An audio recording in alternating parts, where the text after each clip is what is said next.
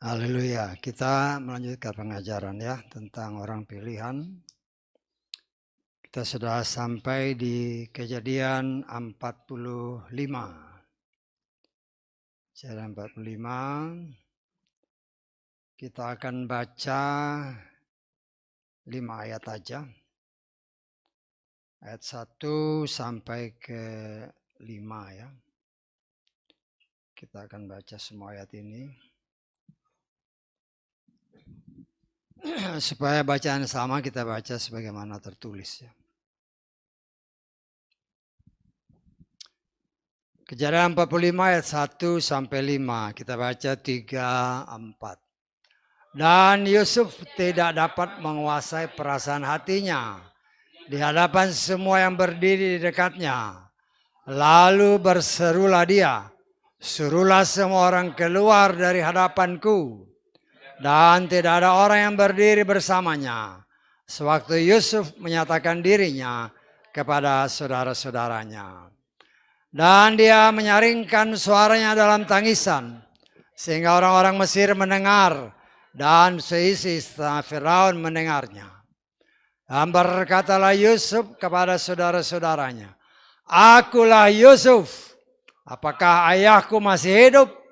Dan saudara-saudara tidak dapat menjawabnya. Karena mereka sangat ketakutan di hadapannya. Lalu Yusuf berkata kepada saudara-saudaranya itu, aku mohon mendekatlah kepadaku. Dan mendekatlah mereka, kemudian dia berkata, akulah Yusuf saudaramu yang kamu jual ke Mesir. Tetapi sekarang janganlah bersedih hati dan jangan pula menyalahkan diri sendiri bahwa kamu telah menjual aku ke sini. Karena untuk menyelamatkan kehidupanlah Elohim telah menyuruh aku mendahului kamu. Amin. Puji Bapa Yahweh, kita bersyukur oleh kasih kemurahan Tuhan yang sangat luar biasa ya. Bagaimana Tuhan bekerja dalam kehidupan orang-orang pilihan Tuhan ya.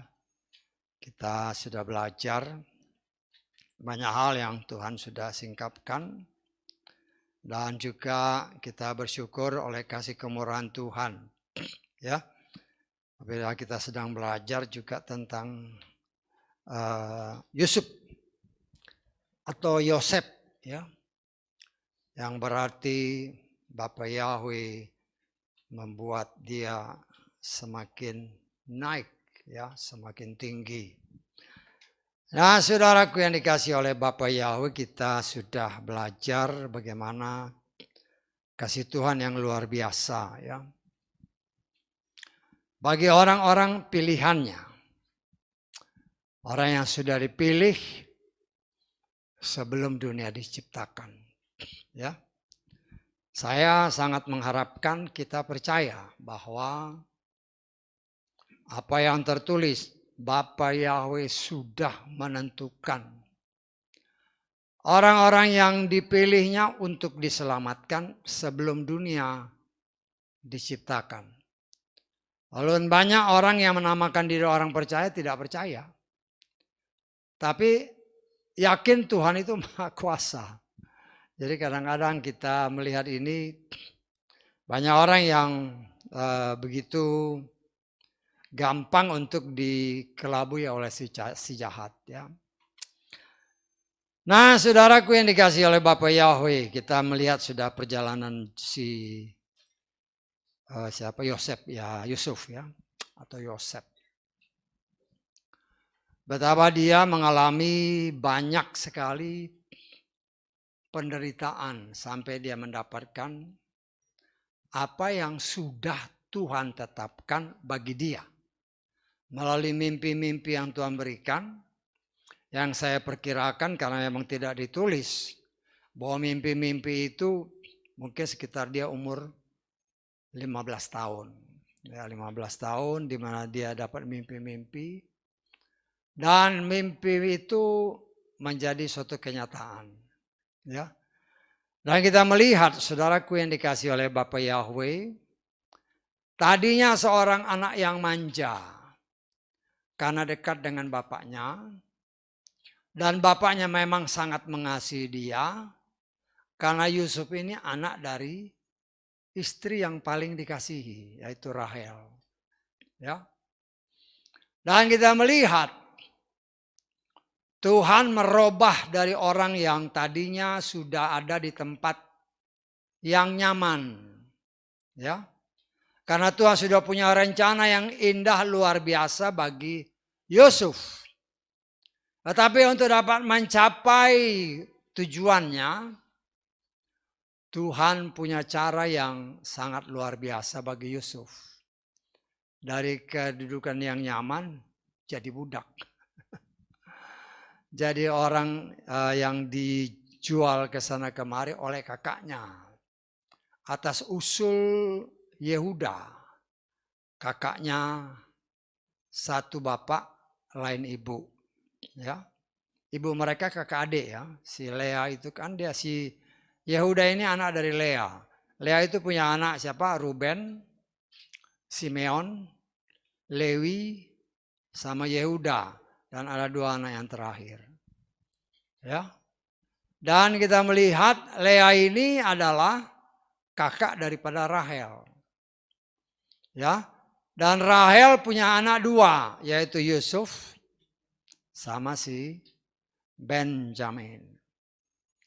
Nah, kita melihat proses Tuhan yang sangat luar biasa dari anak yang dimanja.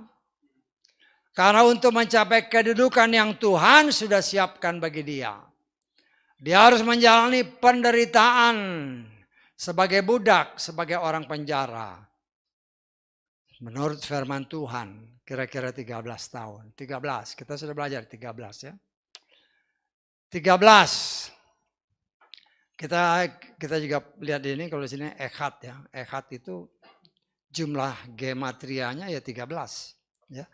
Kan Alef, Ket, sama Dalet.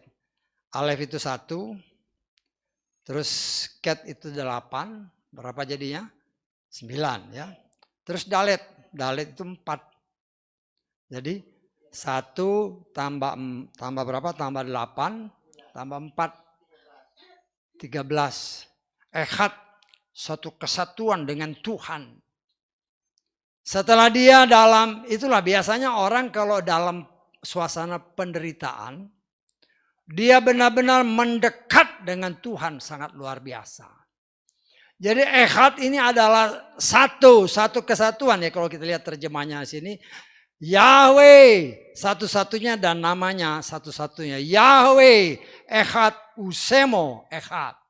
Ya, Echad itu 1. Jadi satu kesatuan. Jadi ketika si Yusuf dalam masa penderitaan selama 13 tahun. 13 melambangkan, angka 13 melambangkan suatu kesatuan dengan Tuhan. Dan baru rencana Tuhan jadi. Ya. Rencana Tuhan jadi dari seorang yang dipenjara. Pertama jadi budak, kemudian dipenjara. Tiba-tiba dalam 1 hari dia diangkat menjadi, ya kalau saya katakan sebagai seorang Perdana Menteri kalau dalam zaman sekarang. Karena dia tangan kanannya si Firaun. Ya. Firaun bilang yang menjadi kelebihan aku daripada kamu adalah tahtanya. Semua orang yang mau masuk ke tanah Mesir harus aja izin daripadamu. Nah kita melihat saudaraku yang dikasih oleh Bapak Yahweh sangat luar biasa. Ya. Sangat luar biasa kita lihat di sini. Dan dalam waktu untuk menggenapkan apa yang Tuhan berikan mimpi kepada si Yusuf. Bahwa saudara-saudaranya ataupun ya, berkas saudara-saudara, berkas gandum saudara-saudaranya mengelilingi dia, sujud kepada dia, kepada berkas Yusuf. Ya. Kemudian matahari, bulan, 11 bintang-bintang sujud kepada Yusuf. Dan itu semua terjadi ketika saudara-saudara yang 11 orang datang, atau pertama kali dia datang 10 orang, belum ada Benyamin, Ketika mereka menyembah dia, Yusuf langsung ingat mimpinya. Yusuf langsung luruh hatinya. Karena dia ingat, inilah mimpi yang Tuhan berikan. Ya. Dan dalam kedatangan yang kedua, nyata apa yang terjadi. 11 saudara-saudaranya, termasuk Benyamin, sujud menyembah kepada dia. Dia teringat hal itu. Ya. Tetapi dia dalam apa yang sudah kita pelajari minggu, dia sedang mengetes 11 saudara-saudaranya. Karena saudara-saudaranya ini yang menjual dia. Ya. Ide menjual itu datang dari Yehuda. Ya. Kita lihat dulu ya. Kita lihat di dalam Kejadian pasal ke 37. Kita baca ayat ke-26 dan 27. Lalu berkatalah Yehuda kepada saudara-saudaranya, apakah untungnya kalau kita membunuh adik kita dan menyembunyikan darahnya? Perhatikan, marilah sebaiknya kita menjual dia kepada orang Ismail. Jadi ide menjual Yusuf itu datang dari Yehuda. Dan itulah ketika mereka 11 orang datang. Karena Yusuf memancing dengan cawan yang seolah-olah dicuri oleh Benyamin. Dia melihat. Ya, dia melihat tadinya mungkin dia kan ragu-ragu ini. Kalau yang datang cuma Yusuf, cuma si Benyamin, pasti membuat dia juga sedih. Tetapi ketika dia melihat pengawalnya disertai dengan 11 orang saudara-saudaranya. Di situ saya percaya hatinya menjadi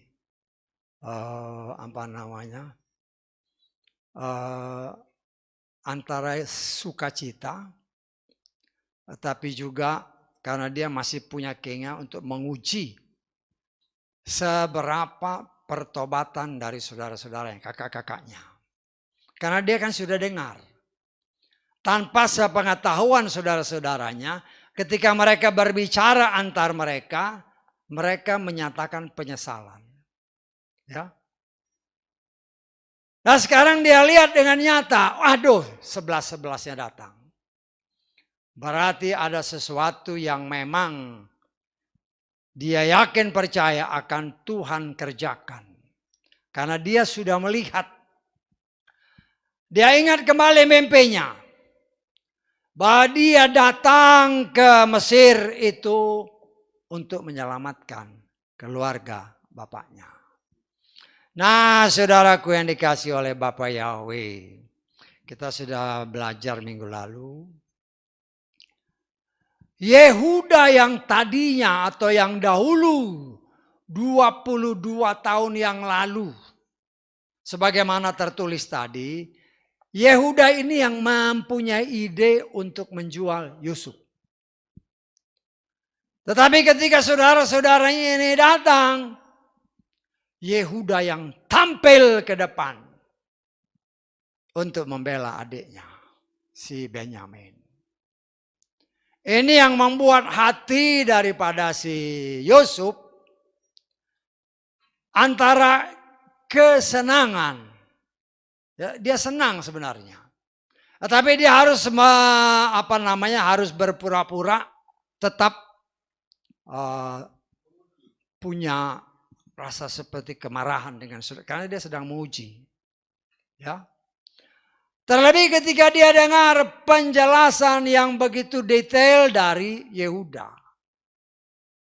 Ya, dia mendengar Yehuda tampil, mohon izin Tuanku untuk berbicara.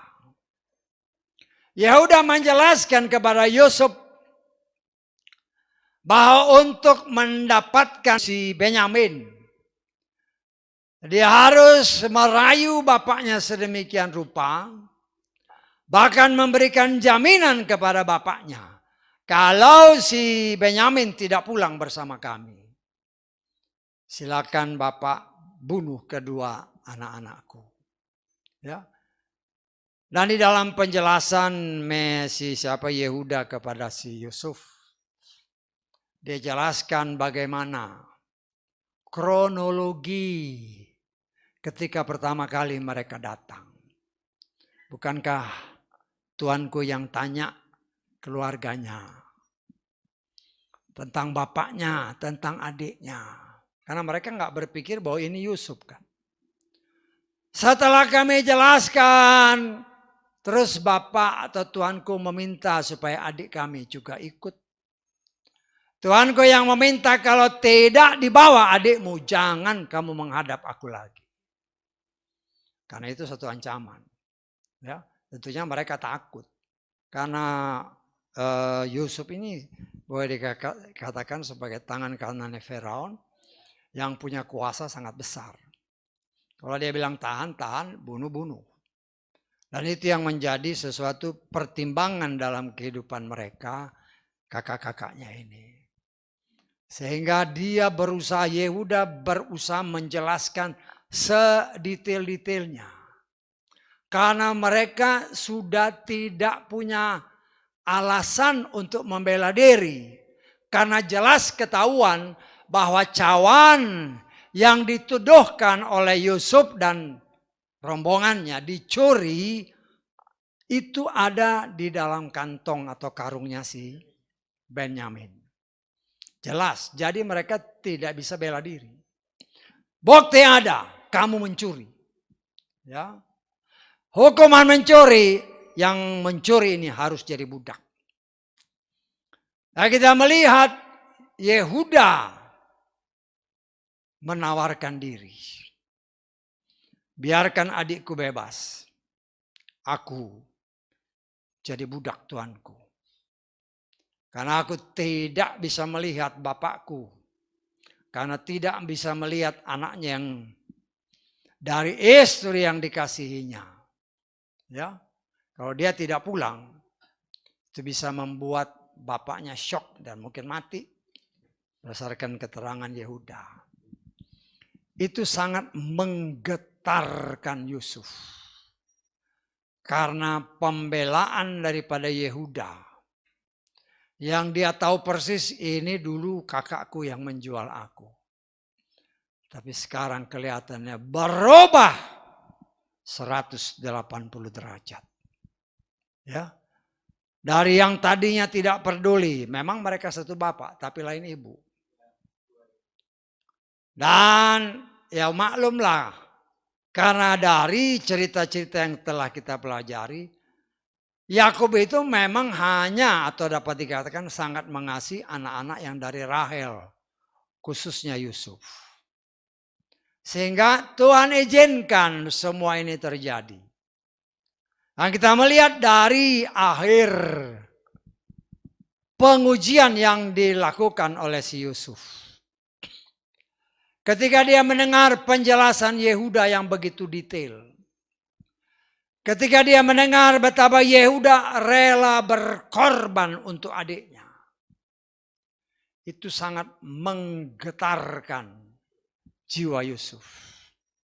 Ya. Dan dari ayat-ayat tadi yang kita baca. Yusuf tidak bisa lagi menahan dirinya. Karena dia mendengar penjelasan Yehuda yang sangat detail dan yang sangat mengharukan. Tetapi juga sangat menggetarkan Yusuf. Sebagai orang yang dahulu dijual sama si Yehuda ini. Atau atas ide si Yehuda. Sehingga dikatakan oleh firman Tuhan. Yusuf yang tentunya dikelilingi oleh orang-orangnya, pengawal-pengawalnya kan. Karena si saudara-saudaranya kan di bawah. Menyembah di bawah, ya, berlutut di bawah. Pengawal-pengawal ada di kiri kanan, ya, banyak penerjemah semua ada di situ. Tetapi karena dia tidak lagi bisa menahan dirinya, dikatakan kepada orang-orangnya, suruh semua orang pergi, keluar. Saya percaya dia pakai bahasa Mesir ya, bukan bahasa Kanaan, bukan bahasa Ibrani, ya, luar, ya. Setelah mereka keluar, Yusuf dikatakan oleh firman Tuhan tidak lagi dapat menahan dirinya, ya. Dikatakan oleh firman Tuhan dia menangis dengan suara keras, ya. Dia berteriak dengan suara keras. Ya, saudara bisa bayangkanlah, kalau di dalam ruangan di takhta seperti itu, pasti ruangannya kan besar, tetapi juga agak tertutup. Sehingga ketika dia berteriak, menangis, karena saking terharunya, dia menyingkapkan dirinya kepada 11 orang saudara-saudara. Akulah Yusuf, saudaramu. Saudaramu yang kamu jual dulu. Ya tentunya.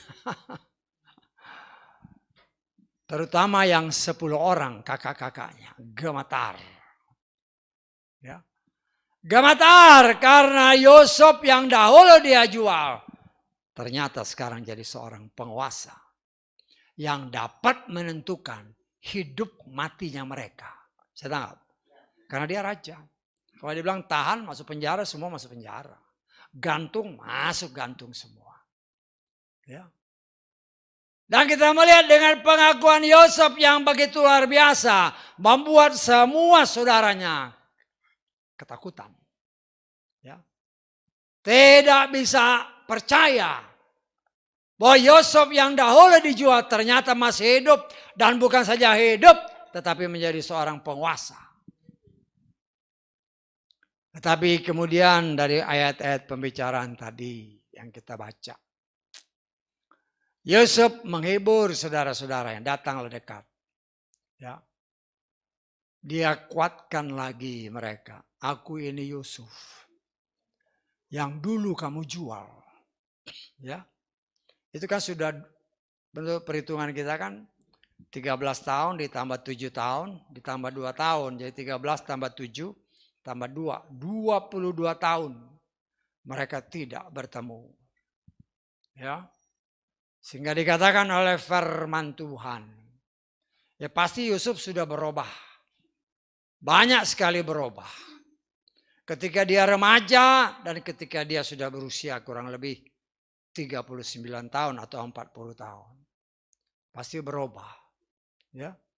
Sehingga mereka memang tidak bisa mengenali si Yusuf. Ya. Tetapi Yusuf waktu saudara-saudara datang kan dia kenal. Kenapa dia kenal? Karena saudara-saudaranya kan sudah dewasa semua.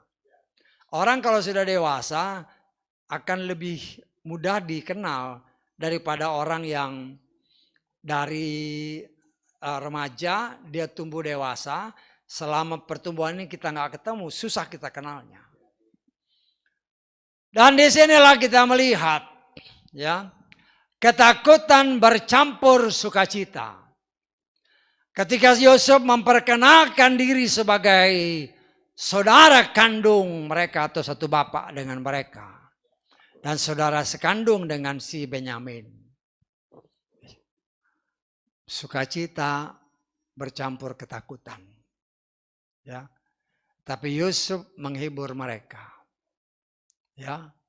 Bukan kamu, kita baca ya. Kita baca di dalam ayat mulai ayat 5 lah. Ayat ke-8. Maka sekarang bukan kamu yang menyuruh aku ke sini, melainkan Elohim. Dan dia telah menempatkan aku sebagai bapak bagi Firaun dan tuan atas seluruh isi rumahnya. Dan penguasa atas seluruh tanah Mesir. Jadi dia mengimani bahwa apa yang Tuhan izinkan terjadi dalam hidupnya. Ya, yang memang secara akal mikiran manusia kakak-kakaknya ini jahat.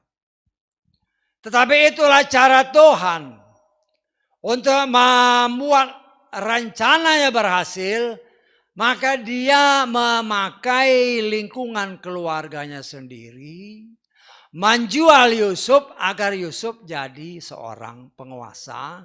Dan ketika dia menjadi penguasa, sesuai waktu yang sudah Tuhan tetapkan, ada masa subur yang berkelimpahan, gadum yang berkelimpahan, dan ada masa 7 tahun kelaparan. Dan pada tahun yang kedua masa kelaparan, saudara-saudara datang, dan disitulah dia melihat kembali.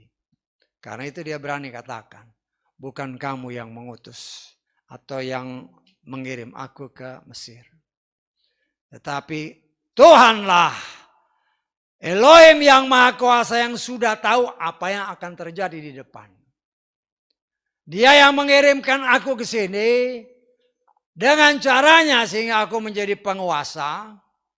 Dan karena aku punya kuasa, aku bisa mensupport kamu dengan apa yang dibutuhkan, khususnya gandum di dalam masa kekeringan yang masih berdasarkan firman Tuhan masih 5 tahun ke depan. Ya, karena total masa kekeringan berdasarkan firman Tuhan adalah 7 tahun. Nah, saudaraku yang dikasih oleh Bapa Yahweh, Tuhan sanggup untuk meninggikan orang dalam 1 hari. Tetapi Tuhan juga sanggup merendahkan orang dalam 1 hari. Yusuf diangkat menjadi raja dari seorang tahanan dalam 1 hari. Ya. Tetapi juga Ayub yang kaya raya dalam 1 hari langsung brak. Habis karena memang Tuhan izinkan itu terjadi sebagai ujian. Ya. Nah, saudaraku yang dikasih oleh Bapak ya, singkat kata kalau nanti saudara baca seterusnya. Ya. Yusuf jelas dikatakan ya bahwa kan di sini dikatakan di dalam ayat ke-9 kita lihat seterusnya ya. Bergegaslah dan pergilah kepada ayahku, dan kamu harus mengatakan kepadanya, demikianlah Yusuf, anakmu berkata, Elohim telah mengangkat aku sebagai tuan bagi seluruh Mesir. Datanglah kepadaku, janganlah menunda. Dan engkau akan menetap di tanah Goshen, dan akan menjadi dekat denganku. Kamu dan anak-anakmu, anak-anak dari anak-anakmu, dan kawanan dombamu, kawanan lembumu, dan semua yang engkau miliki. Perhatikan ayat 11. Aku akan menunjang hidupmu di sana. Karena kelaparan ini masih 5 tahun lagi. Supaya engkau tidak berkekurangan. Engkau dan seisi rumahmu dan semua milikmu. Ya. Ini satu perintah yang diberikan kepada kakak-kakaknya. Pulang. Jemput bapaknya. Ya, bahkan untuk menguatkan karena suasana yang sangat sukacita, ya orang-orang Mesir akhirnya mendengar, sampai Firaun mendengar kabar yang menyenangkan terjadi dalam kehidupan si Yusuf. Akhirnya dia memerintahkan juga bawa kereta-kereta, bawa apa yang dibutuhkan dan juga untuk menjemput keluargamu datang ke Mesir. Ya. Nah, saudaraku yang dikasih oleh Bapak Yahweh, ya. Singkat kata, Yusuf memperlengkapi semua saudara-saudaranya untuk pulang ke rumah dengan membawa perbekalan yang luar biasa, ya. Kita baca mulai ayat 22, coba kita lihat ya. Kepada mereka semua dia memberikan kepada masing-masing jubah-jubah pesalin. Tetapi untuk Benyamin dia memberikan 300 keping perak dan 5 potong jubah pesalin. Dia tes lagi. Ya, karena si Benyamin ini kan satu bapak satu ibu sama si Yusuf. Selain dia kasih pakaian lebih banyak dari yang lain, dia kasih juga duit. Ya. Tetapi tidak disebutkan di sini bahwa kakak-kakaknya cemburu. Kita melihat di sini suatu perubahan yang drastis selama 22 tahun. Ya, kita percaya di sana Tuhan membentuk saudara-saudara Yusuf sehingga terjadi perubahan yang sangat luar biasa. Ya, sehingga ketika ini kan sebenarnya ini ujian juga dari bagi kakak-kakaknya, dikasih yang banyak-banyak. Ya, tapi dia lihat kakak-kakaknya sama, tidak ditulis kakak-kakaknya tidak ada rasa kecemburuan. Maka mereka maklum karena biar bagaimana Benyamin ini adalah satu bapak dan satu ibu dengan Yusuf. Ya. Dan singkat kata dikatakan oleh firman Tuhan dengan membawa perbekalan-perbekalan. Atau kita baca ayat ke-23. Dan untuk ayahnya dia mengirimkan seperti ini, 10 ekor keledai jantan yang bermuatan apa yang baik dari Mesir, 10 ekor keledai betina yang bermuatan gandum dan roti, dan makanan untuk ayahnya di perjalanan. Lalu ia melepas saudara-saudara, pergilah mereka dan dia berpesan kepada mereka, janganlah berbantah-bantahan di perjalanan. Maka pergilah mereka dari Mesir dan sampailah mereka di tanah Kanaan kepada Yakub ayah mereka. Dan mereka menceritakan kepada Yakub dengan mengatakan, Yusuf masih hidup. Dan bahwa dialah yang memerintah atas seluruh tanah Mesir. Tetapi hatinya tetap dingin karena dia tidak dapat mempercayai mereka. Namun mereka sungguh-sungguh membicarakan kepadanya segala perkataan Yusuf yang telah dia ucapkan kepada mereka. Dan dia melihat kereta-kereta yang telah Yusuf kirim untuk membawa dia. Maka bangkitlah semangat Yakub ayah mereka. Dan Yesaya berkata, cukuplah, Yusuf anakku masih hidup. Aku mau pergi dan aku mau melihat dia sebelum aku mati. Ya, satu sukacita. Ya. Kita ingatkan ketika Yusuf mimpi, firman Tuhan jelas katakan, bapaknya menyimpan mimpi anaknya ini dalam hati. Nah, saya percaya ketika hal ini terjadi, dia diingatkan kembali.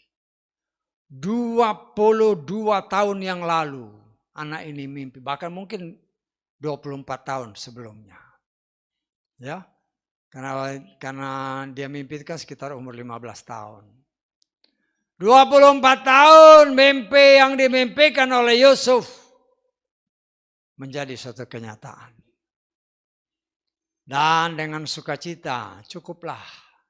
Artinya dia sudah sukacita, cukup deh. Lo mau pulang-pulanglah. Ya. Nah, saudaraku yang dikasih, waktu itu umurnya diperkirakan sekitar 130 tahun. Karena ketika nanti kita baca seterusnya, ketika dia memperkenalkan atau dipertemukan dengan Firaun, dia berbicara. Ketika Firaun tanyakan berapa umurmu? Umur dia sudah sekitar 130 tahun. Nah, saudaraku yang dikasih oleh Bapak ya, suatu cerita yang sangat luar biasa. Ya.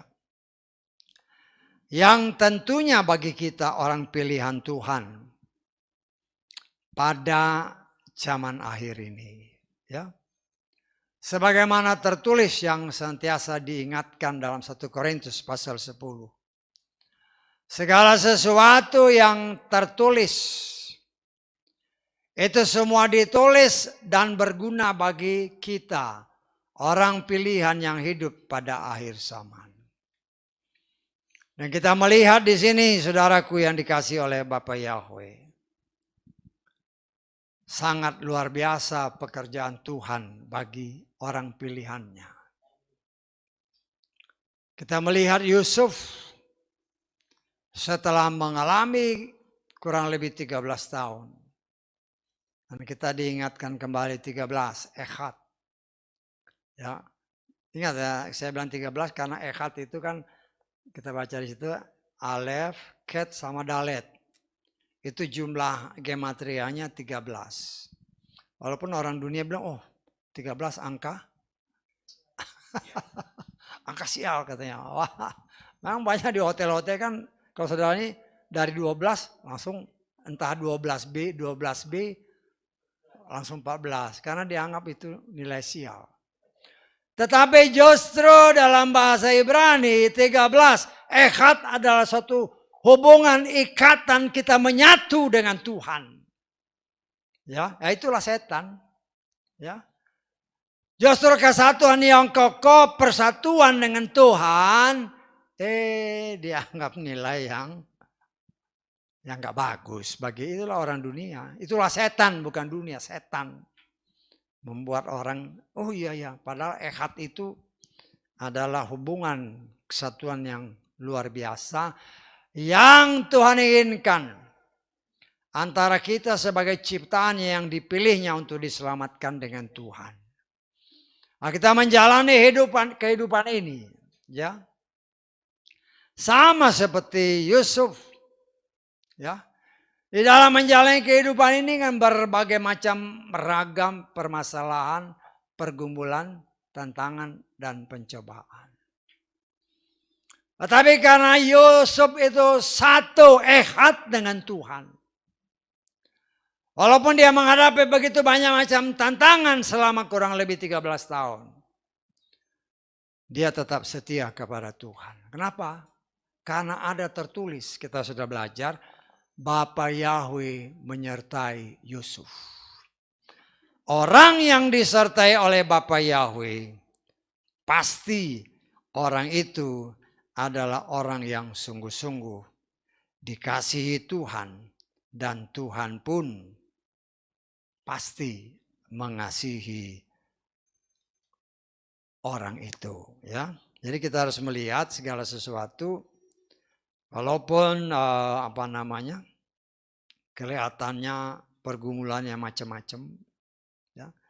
Tapi firman Tuhan sendiri jelas menyatakan bahwa Yusuf di dalam segala macam situasi kondisi, dia tetap disertai oleh Bapa Yahweh. Yang sekarang menjadi pertanyaan, loh kenapa? Kenapa Tuhan menyertai Yusuf? Padahal dia ada dalam suasana yang sebagai budak, sebagai orang di penjara. Dan saya sangat percaya orang yang disertai Tuhan adalah orang yang memang benar-benar hidup sesuai kehendak Tuhan. Terang tidak akan mungkin bersatu dengan kegelapan. Kalau kita hidup di dalam kegelapan, tidak mungkin hadirat Tuhan hadir dalam kehidupan kita. Tetapi kita percaya bahwa ya, kita coba mencontoh kehidupan daripada Yusuf. Sehingga walaupun dalam situasi kondisi sebagai seorang budak, ya, apalagi difitnah, kemudian dipenjara, saya percaya dia tetap mengucap syukur. Ya. Walaupun dia rindu kepada orang tuanya, kepada bapaknya, kepada adik kandungnya, dia rindu. Tetapi apa yang harus dihadapi dia sekarang? Dia berusaha melupakan apa yang ada di belakangku. Ya. Seperti apa yang dikatakan oleh firman Tuhan. Saudara dan saya pun saat ini, ya, kita merefleksikan apa yang terjadi itu dengan kehidupan kita saat ini. Ya, di mana kita melihat, ya, kita juga mengalami banyak problem dalam hidup. Setiap hari ada problemnya, ya. Tetapi bagaimana kita memecahkan problem? Nah itu yang menjadi suatu permasalahan. Ya. Seringkali orang, saya ada hikmat, tahu begini. Itu kalau pikiran kita sebagai seorang dunia.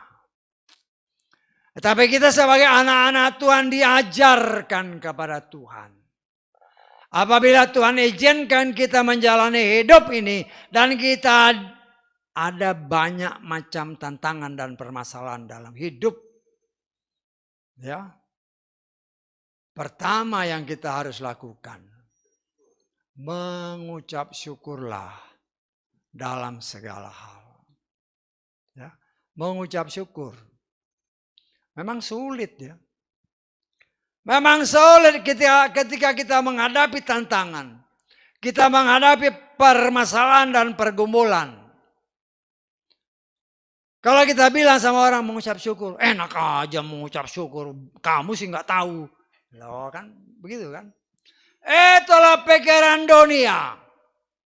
Tetapi ada tertulis, mengucap syukurlah dalam segala hal. Karena kita percaya ada tertulis. Kita harus tertulis, bukan tersirat. Ya. Ada tertulis, jelas dikatakan, pencobaan yang Tuhan izinkan terjadi dalam hidup kita tidak akan pernah melebihi kekuatan kita. Bahkan dikatakan oleh firman Tuhan dengan jelas, ketika Tuhan mengizinkan pencobaan itu terjadi, sesungguhnya Dia sudah buat jalan keluar. Itu kan semacam kayak main peta umpet. Tuhan sudah siapkan jalan keluar. Ya. Seringkali orang ngomel, enak aja, mana jalan keluar? Loh, kenapa engkau tidak ketemu jalan keluarnya? Karena kau tidak melakukan apa yang Tuhan firmankan. Ada tertulis mengucap syukur. Loh, mengucap syukur inilah yang amat sulit bagi manusia ketika dia menghadapi problem. Apalagi bukan saya mengucap syukur. Memuja-muji, menyembah Dia. Oh, kenapa lagi itu? Lah, ada tertulis. Bapa Yahweh bertahta di atas puji-pujian kita. Bertahta di atas puji-pujian umat Israel. Dan kita percaya ketika Dia bertahta di atas puji-pujian kita, maka Dia mencelikkan mata kita. Ini jalan keluar. Ya, jangan ngomel melulu, ini jalan keluar. Ya. Tapi kan ini dibutuhkan suatu proses dalam hidup saudara dan saya sebagai anak-anak Tuhan. Tetapi saya percaya, apabila kita belajar melakukan ini sebagaimana tertulis, ya, kita tidak seperti Yusuf masuk penjara, dijual. Ya mungkin waktu dia baru-baru jadi budak belian di tempatnya Potifar, mungkin kan namanya orang baru pasti dikerjain. Ya. Tapi kelihatan kan makin lama ini orang kok beda dia. Kerjanya rajin, kerjanya berhasil. Akhirnya apa? Dihargai oleh orang. Dimanapun kita, ya katakan pekerjaan dunia lah. Ya. Orang namanya pegawai baru kan. Biasanya kan dikerjain, dicobain dulu, cak. Nah, tapi kalau lihat, ini boleh juga ini. Ya. Boleh juga ini. Ya, kita melihat di sini, kita jangan hanya melihat begitu aja. Tetapi dalam kenyataan kehidupan, apabila kita katakan dalam lingkungan pekerjaan. Ada orang baru masuk, pastikan dicoba dulu. Coba kamu kerjaan ini. Nah, kalau lihat, ya kadang-kadang kita lihat kan, oh di orang dulu kerja di sini. Oh, bagus sih. Pengalaman kerja kan, di tempat kita mungkin baru. Tetapi di tempat lain sudah puluhan tahun. Ya, bisa tanggap ya. Bagi yang masih kerja nih. Bisa aja orang baru masuk, kita coba dulu dia nih. Ya. Tapi kita harus coba dalam arti kan memberikan dia pekerjaan arahan. Lihat kerja, wah berhasil. Kerja lagi semua berhasil. Semua berhasil. Karena semua berhasil, akhirnya dia mendapatkan respect dari orang-orang yang mungkin lebih senior dari dia. Artinya kita pun mungkin kita sebagai orang yang baru di suatu perusahaan.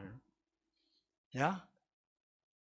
Apabila kita menuruti apa yang diperintahkan oleh Tuhan, ada tertulis, Bekerjalah dengan sungguh-sungguh seperti untuk Tuhan.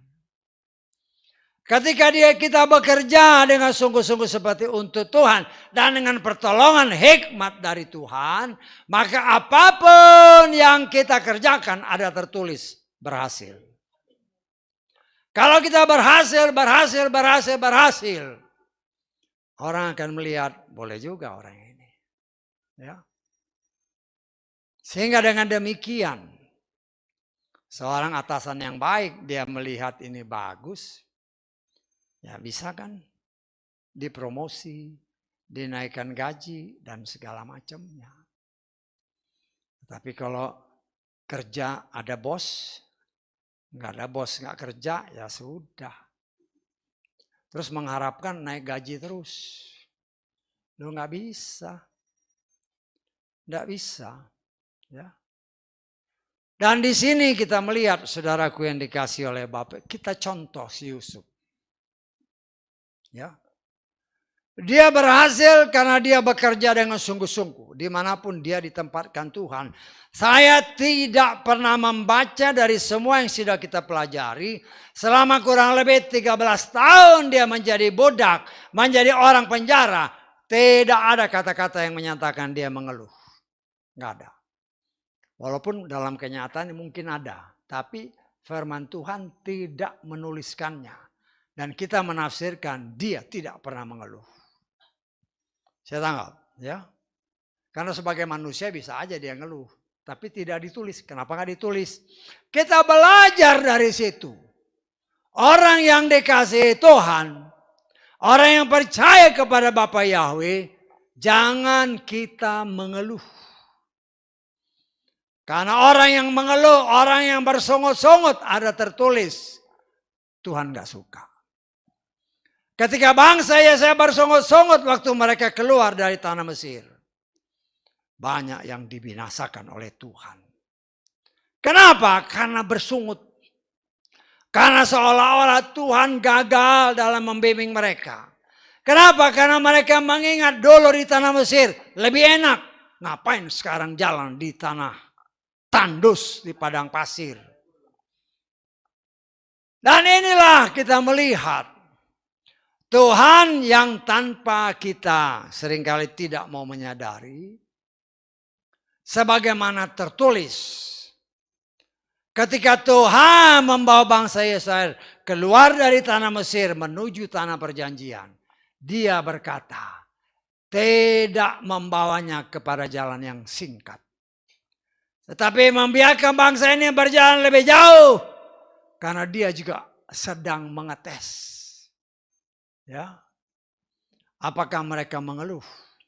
Seharusnya sebagai orang yang sudah dilepaskan dari tanah perbudakan, sebagai orang yang bebas, seharusnya sukacita. Tetapi kenyataannya mengeluh terus. Nggak ada air, marah. Nggak ada makan, marah. Ya. Dan itulah gambaran manusia orang pilihan Tuhan sampai saat ini. Tapi yang kita lihat, kita belajar daripada Yusuf. Kita belajar untuk tidak pernah mengeluh. Walaupun sulit ya. Ya. Kadang-kadang kita harus akui lah. Kadang-kadang kerjanya gagal. Mau gagal sih. Ya. Ya koreksi diri. Kenapa gagal? Karena ada tertulis segala sesuatu yang dikerjakan itu berhasil.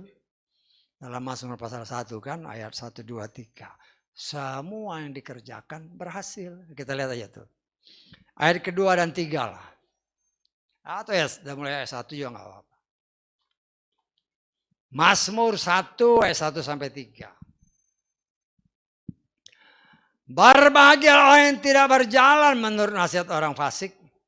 Tidak berdiri jalan orang berdosa, tidak duduk dalam kumpulan cemooh. Perhatikan, namun kesukaannya hanya pada Torah Yahweh. Dan dia merenungkan Torahnya siang dan malam. Dia akan menjadi seperti pohon yang ditanam di tepi aliran air. Yang akan menghasilkan buahnya pada musimnya. Dan yang tidak akan layu daunnya. Perhatikan, semua yang ia kerjakan akan berhasil. Nah, seringkali orang hanya mengklaim katanya berhasil, tulis. Lo baca atas ayatnya. Ayat di atas menyatakan yang saya lebih suka memeditasi ya. Karena merenungkan itu kurang begitu bagus. Konotasinya lebih ke arah negatif. Kenapa meditasi? Kita lihat terjemahan bahasa Inggris coba. Ya. Dalam terjemahan bahasa Inggris kita lihat di dalam ya. But his delight is in the law. Kalau berbicara law di sini pasti Torah. Of the Lord. And in his law do he meditate. Jadi ini dasarnya kalau saya nggak pakai lebih sering memakai meditasi daripada merenung. Kalau merenung itu kan kadang-kadang kebanyakan ngelamun ya. Nah, tapi kalau meditasi konsentrasi pada sesuatu, dalam hal ini adalah firman, ya, Torah, ya, yang harus dimeditasi kita mengerti sungguh-sungguh dengan benar. Kalau kita memeditasi firman, ya, maka kita akan berhasil. Saya tangkap. Sehingga dengan demikian jangan kita hanya mau yang kelihatannya bagaimana ada hasil, ya. Maunya hasil yang baik. Tapi jalannya nggak baik. Nah, kita sebagai anak-anak Tuhan. Kita melihat Yusuf ini sangat luar biasa. Jangan melihat ketika dia sebagai anak Tuhan. Yang menjadi pemimpin. Ya, walaupun Tuhan sudah memberitahukan kepada Yusuf 20 atau 13 tahun 15 tahun sebelumnya. Ya kan dia jadi budak itu sekitar 13 tahun. Itu dari umur 17 tahun kan. Kalau kita perkirakan dia mendapat mimpi umur 15 tahun, dia jadi tangan kanannya Firaun umur 30 tahun, jadi 15 tahun. Kita melihat di sini betapa luar biasanya.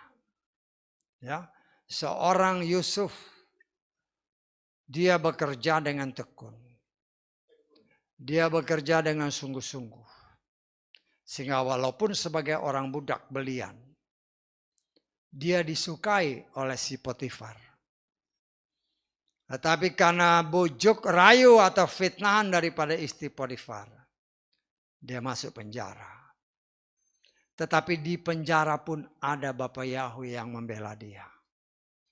Sehingga di penjara pun dia dibuat Tuhan menonjol. Dan itulah cara Tuhan yang seringkali kita tidak mengerti. Ya, di dalam kehidupan kita sehari-hari, kadang-kadang kita nggak ngerti kok begini sih. Ya, padahal ada rencana Tuhan. Ingat, rancangan Tuhan adalah untuk kebaikan kita. Hanya seringkali kita tidak mengerti rancangan itu. Kenapa kita nggak mengerti? Karena hubungan kita dengan Tuhan itu boleh dikatakan kurang baik. Ya, kurang baik. Kita belajar mencontoh apa yang pernah kita pelajari. Ketika Tuhan mau membinasakan Sodom dan Gomora. Ketika dia berjalan dengan si Abraham. Kan firman Tuhan katakan, apakah aku akan merahasiakan rencana untuk membinasakan ini. Tapi dikatakan oleh firman Tuhan. Tuhan memberitahukan kepada Abraham. Sehingga terjadilah tawar-menawar antara Abraham dengan Bapak Yahweh. Itu bukan hanya cerita di kitab suci ya. Kita pun bisa tawar-menawar dengan Tuhan. Saya tahu kita bisa tawar-menawar. Kadang-kadang orang baca-baca begini aja, soal itu udah kejadian dulu. Kenapa saya berani mengatakan begini? karena contohnya ada. Dan saya pernah saksikan kepada saudara kan, tentang bapak saya almarhum. Kan sudah pernah saya ceritakan. Ya. Nah, kalau boleh saya mengulang lagi. Supaya untuk menyatakan bahwa kita bisa tawar-menawar sama Tuhan. Ya. Ketika bapak saya jalan-jalan dulu kan sama saudara-saudara saya kan. Ya di satu daerah, kalau saya nggak salah ingat di daerah Cirebon lah. Mereka nginap sana. Kan perjalanan dulu lama dari sini ke Cirebon bisa 5-6 jam. Kalau sekarang kan paling berapa? 2 jam 3 jam kurang ya. Kemarin si anak-anak 2 jam 3 jam ke tol kan. Oh dulu kan bisa 5 jam 6 jam. Nah, mereka istirahat di, kalau saya nggak salah ingat daerah Cirebon. Tidurlah semua saudara-saudaraku. Kakak saya yang nomor 2, ya bapaknya kok nggak tidur. Bapaknya nggak tidur, ya bapak saya. Jalan di depan hotel, di pekarangan hotel kan. Bolak-balik sampai pagi. Sampai pagi dia nggak tidur. Ya kakak saya kan penasaran, dia tanya. Pi, kenapa semalam nggak tidur? Kenapa semalam nggak tidur? Ya dia mesti tahu kan, bapaknya soalnya. Nah dia bilang, bapak saya bilang, papi itu semalam harusnya mati. Ya saya kan kalau ingat itu ya teringatlah. Papi itu seharusnya mati semalam. Karena itu papi berdoa keliling hotel terus bolak-balik. Tuhan bilang umur papi diperpanjang 15 tahun. Sewaktu bapak saya habis dikubur, saya ngomong sama kakak, ingat enggak? Dia kaget, iya benar. Itu 15 tahun yang lalu. Artinya itu masih berlaku sampai saat ini. Bukan saja kepada salah seorang raja sesuai dengan apa yang tertulis. Tetapi bagi kita sekalipun, kalau hubungan kita dekat dengan Tuhan, kita boleh tawar-menawar. Boleh. Ya walaupun jawabannya kan tergantung Tuhan. Tetapi ada tertulis, apa saja kalau engkau hidup mengasihi aku, hidup sebagai pelaku firman, apa saja yang kau minta, pasti dapat. Saya tangkap. Lalu kita coba mengimani hal itu dalam hidup kita.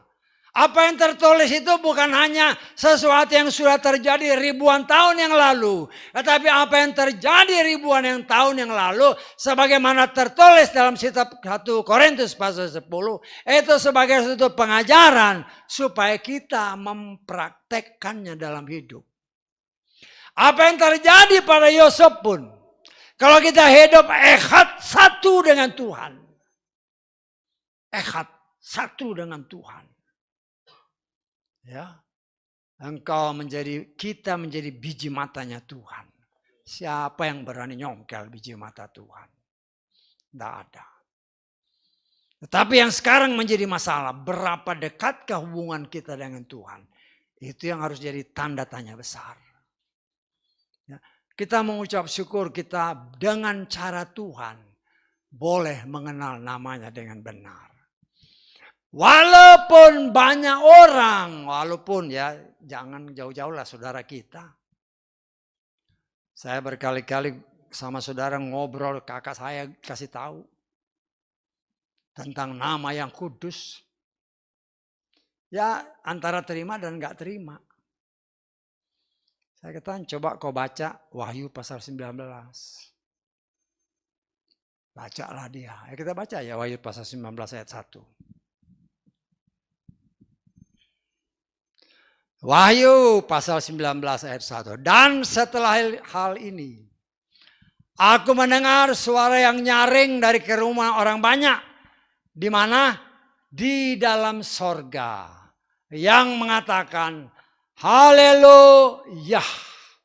Keselamatan, kemuliaan, hormat dan kuasa ada pada Yahweh Elohim kita. Saya udah ngomong sama saudara-saudara saya.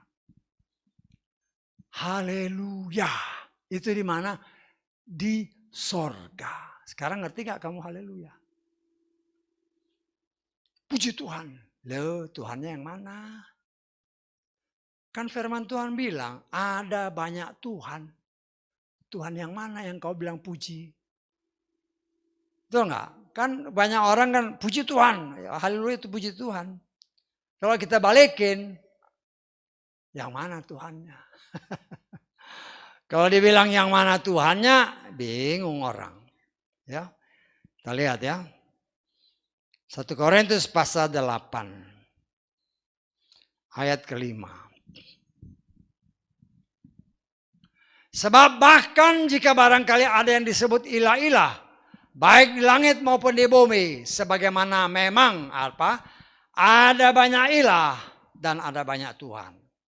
Saya tanya, Tuhan yang mana yang kau puji?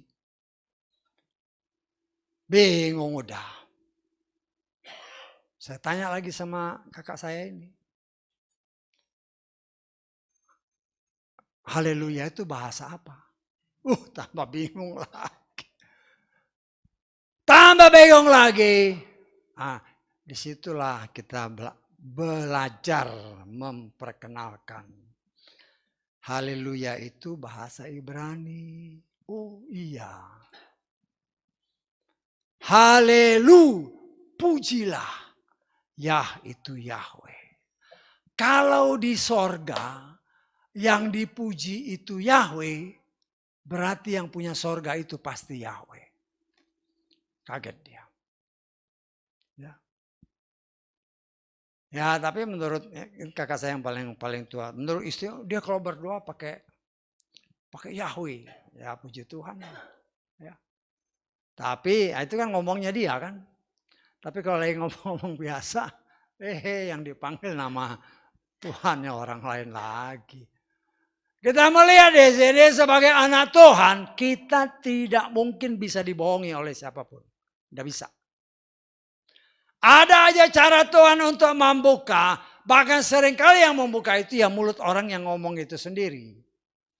Dan itu yang seringkali juga terjadi dalam kehidupan sebagai pelayan Tuhan. Kadang-kadang orang ngomong begini, dia nolak.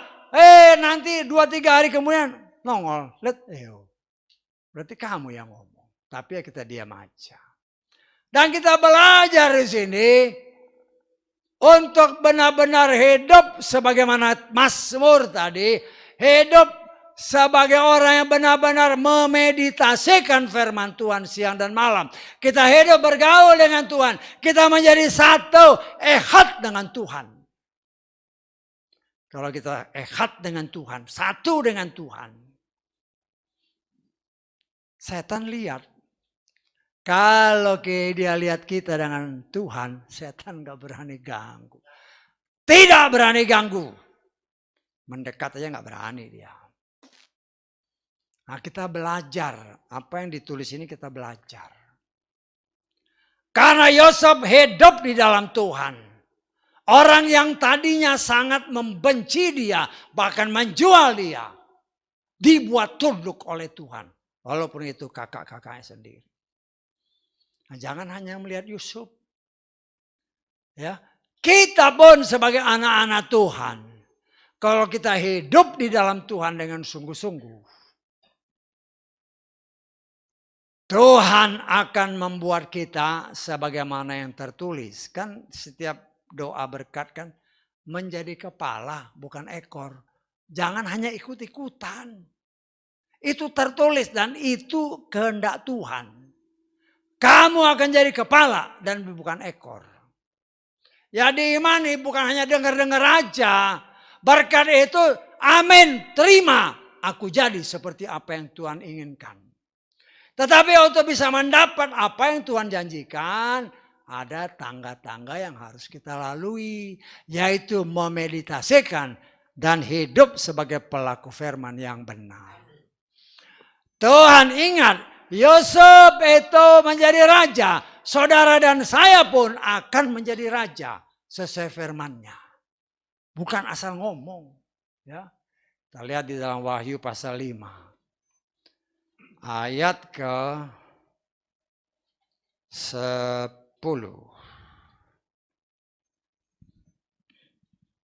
Wahyu pasal 5 ayat 10. Engkau telah menjadikan kami raja-raja dan imam-imam bagi Elohim kami. Dan kami akan memerintah di mana? Di atas bumi. Loh, itu bukan hanya ngomong gitu aja. Kita harus melihat bagaimana memerintah di atas bumi. Karena itu saya ajarkan kepada saudara atau saya ingatkan kepada saudara. Kita yang benar-benar percaya kepada Bapa Yesus sesuai firman. Kita ini tidak hidup satu kali. Kan dunia bilang kita hidup satu kali. Itu bukan iman kita. Kenapa? Kalau toh kita harus pulang dulu karena Tuhan sudah kangen. Kita akan pada saat sangkakala berbunyi. Kita akan bangkit. Kita akan turun bersama dia. Memerintah di atas bumi sesuai dengan apa yang dikatakan dalam kitab Wahyu. Ya, jangan mengimani kita hidup satu kali. Itu bukan iman kita. Karena firman Tuhan berkata, ya, kita akan memerintah di atas bumi kan. Kapan? Nah, kapan ini kita baca di dalam Wahyu pasal ke-20. Kita baca ayat ke-4 lah ya. Kalau saudara, judulnya aja Kerajaan 1000 tahun ya. Ini yang senantiasa dalam, kalau saudara perhatikan doa-doa yang saya ucapkan dalam pembukaan, ya dikutip dari firman. Itu yang kita imani. Aku melihat tahta-tahta. Mereka yang duduk di atasnya dan penghakiman. Tadi kan kita menjadi hakim dan raja. Dalam Wahyu pasal 5 tadi. Ya, telah diberikan kepada mereka dan jiwa-jiwa mereka yang dipenggal. Karena kesaksian Yeshua dan karena firman Elohim. Serta siapapun yang tidak menyembah binatang buas itu maupun ikonnya. Dan tidak menerima tanda pada dahinya atau pada tangannya. Dan mereka hidup dan memerintah bersama Masiah selama 1000 tahun. 1000 tahun inilah yang kita iman. Itu yang senantiasa saya doakan setiap doa pembukaan. Itu yang kita imani. Bukan asal ngomong, ada tertulis. 1000 tahun menjadi raja, menjadi hakim. Karena itu saya berani menyatakan kita tidak mengimani manusia kita ini hidup hanya satu kali. Tidak. Paling sedikit 2 kali. Paling sedikit artinya kalau sebelum masa pengangkatan kita sudah harus pulang dulu. Ya, pada saat sangkakala berbunyi kelak ada tertulis orang yang mati di dalam Tuhan dia bangkit dahulu. Kata 1 Tesalonika pasal 4 ayat 16. Kita baca ayat 16 17. 1 Tesalonika pasal 4. Ayat 16 dan 17. Sebab dengan suatu seruan dengan suara penghulu malaikat dan dengan sangkakala Elohim, dia akan turun dari sorga. Perhatikan ayat ini. Orang-orang yang mati dalam Hamasia akan pertama-tama bangkit. Kemudian kita yang hidup, yang masih tinggal, akan diangkat bersama-sama dengan mereka dalam awan ke dalam pertemuan Tuhan di angkasa. Demikianlah kita akan bersenantiasa berada bersama dia. Ya. Orang yang mati di dalam Tuhan sebelum sangkakala berbunyi, dia itu akan ketika sangkakala berbunyi dia bangkit dulu. Ketika dia bangkit, kita kalau kita masih hidup di muka bumi ini, kita akan diangkat bersama-sama dia. Ya, kemudian kita akan turun lagi bersama dengan dia setelah masa kesukaran lewat. Memerintah di muka bumi 1000 tahun lamanya. Waktu itu setan diikat 1000 tahun. Sehingga dunia kelihatannya aman. Semua kelihatannya hebat. Dan ada tertulis pada waktu itu orang yang umurnya 100 tahun dianggap mati muda. Saya anggap. Lah kita mengimani apa yang tertulis. Dan apa yang tertulis itu juga bahkan bukan baca asal baca, tapi imani. Kita mau hidup seperti Yusuf yang setia. Tetapi tetap setia walaupun sudah ada di dalam posisi yang tinggi. Tapi banyak yang terjadi adalah setelah posisi tinggi, lupa akan siapa yang membuat dia menempatkan posisi yang tinggi. Ya, karena itu senantiasa saya berdoa. Semuanya menjadi kepala dan bukan ekor. Diberkati oleh Tuhan luar biasa. Tetapi setelah diberkati jangan sombong. Karena Tuhan benci orang yang sombong. Nah, kita belajar tetap dalam kerendahan hati. Walaupun Yosef punya kuasa untuk menghukum saudara-saudaranya. Tetapi ketika dia melihat saudara-saudara menyembah dia ingat ini Tuhan sudah beritahu puluhan tahun sebelumnya. Membuktikan bahwa aku ada di sini. Melalui mereka untuk menolong mereka dan menyelamatkan umat Tuhan. Karena itu saudaraku yang dikasih oleh Bapa Yahweh. Setiap pribadi kita ada rencana Tuhan. Yang kadang-kadang kita belum tahu apa rencananya. Mau tahu? Tanya Tuhan. Pernah nggak nanya Tuhan? Ya, nanya Tuhan, Tuhan, kemana ini? Apa rencanamu? Rencana Tuhan pasti baik. Ya, pasti baik. Loh, tapi kalau begini, kalau sekarang ini mungkin kau dalam kesulitan, kesusahan, pertama-tama koreksi diri. Koreksi diri. Ya. Karena apa yang Tuhan berikan pasti baik. Kalau seolah-olah tidak baik, koreksi diri. Kadang-kadang kan orang nggak mau koreksi diri, merasa diri benar. Tidak. Tidak ada yang benar, kata Roma pasal 3 ayat 10. Ya, karena itu kita harus belajar. Belajar dari apa yang tertulis. Karena Tuhan menghendaki kita sebagai kepala dan bukan dengar kan, setiap di berkat dua berkat di dalam Ulangan 28 ayat 1 dan seterusnya menjadi kepala bukan ekor. Ya. Ya kadang-kadang orang tanpa sadar, saudara kadang-kadang dengar, saya kadang-kadang sedih kalau ada orang yang habis kita kan kuli lah. Sekarang enggak, saya kuli, jadilah kau kuli karena mulutmu yang ngomong kuli.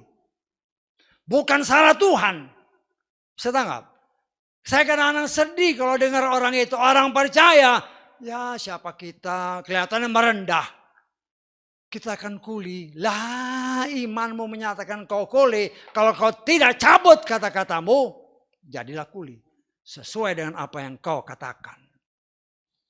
Kau harus imani dengan pertolongan Tuhan. Ada tertulis. Aku jadi kepala. Bukan jadi ekor, itu tertulis. Dan setiap doa berkat itu diucapkan.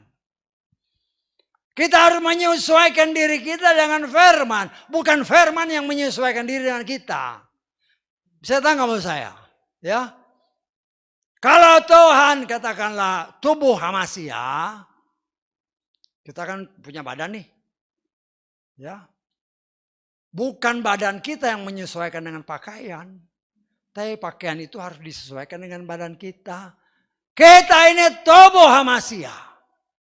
Jangan berbicara perbuatan kita, tingkah laku kita.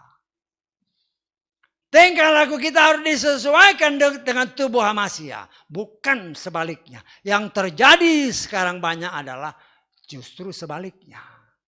Maunya semua apa yang dari kita itu dipaksakan menjadi sesuai kehendak Tuhan yang nggak bisa. Nggak bisa. Ya maaf kata saya sebagai pelayan Tuhan ngomong belak-belakan aja. Supaya kita belajar untuk mengerti kehendak Tuhan dengan benar. Tuhan mau hidup saudara dan saya diberkati Tuhan. Nah, tapi kalau ngomongnya aduh kita kan kuli. Kelihatannya merendahkan hati. Tetapi engkau mencemooh Tuhan. Perhatikan. Mencemooh Tuhan.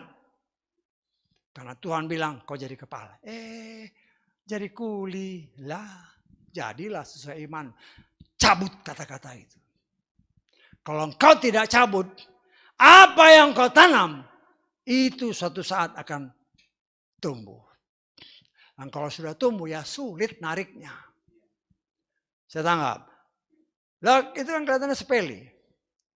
Ya. Belajar berubah, Tuhan. Kalau pernah itu ada dalam pikiran. Kalau pernah itu keluar dari mulut bibirku. Kalau itu pernah ada dalam hatiku. Ampuni aku. Minta ampun dulu. Minta ampun dulu. Baru dengan otoritas kuasa dari Bapa yang ada tertulis. Segala tanaman yang tidak ditanam oleh Bapakku. Dicabut sampai ke akar-akar. Setelah dicabut.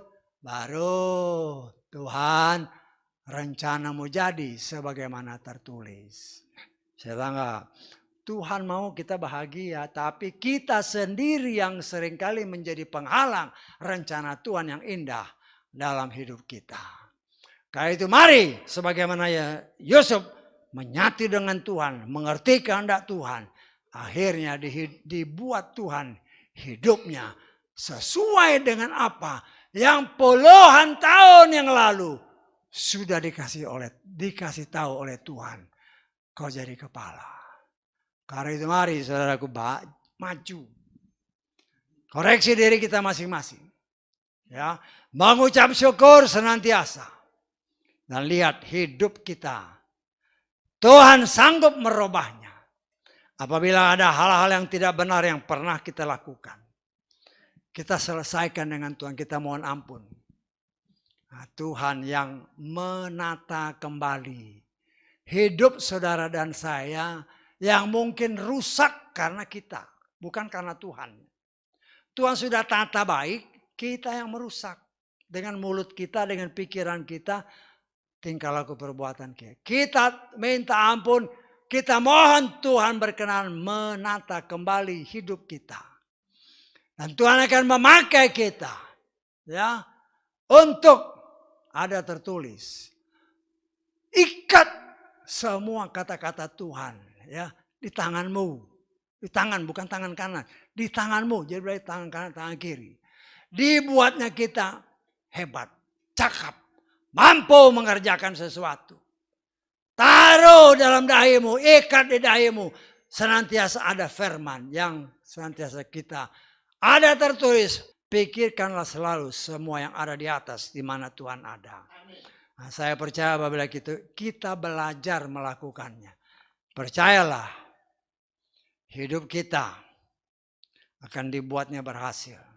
Karena Tuhan memang menghendaki hidup anak-anaknya berhasil. Haleluya. Amin.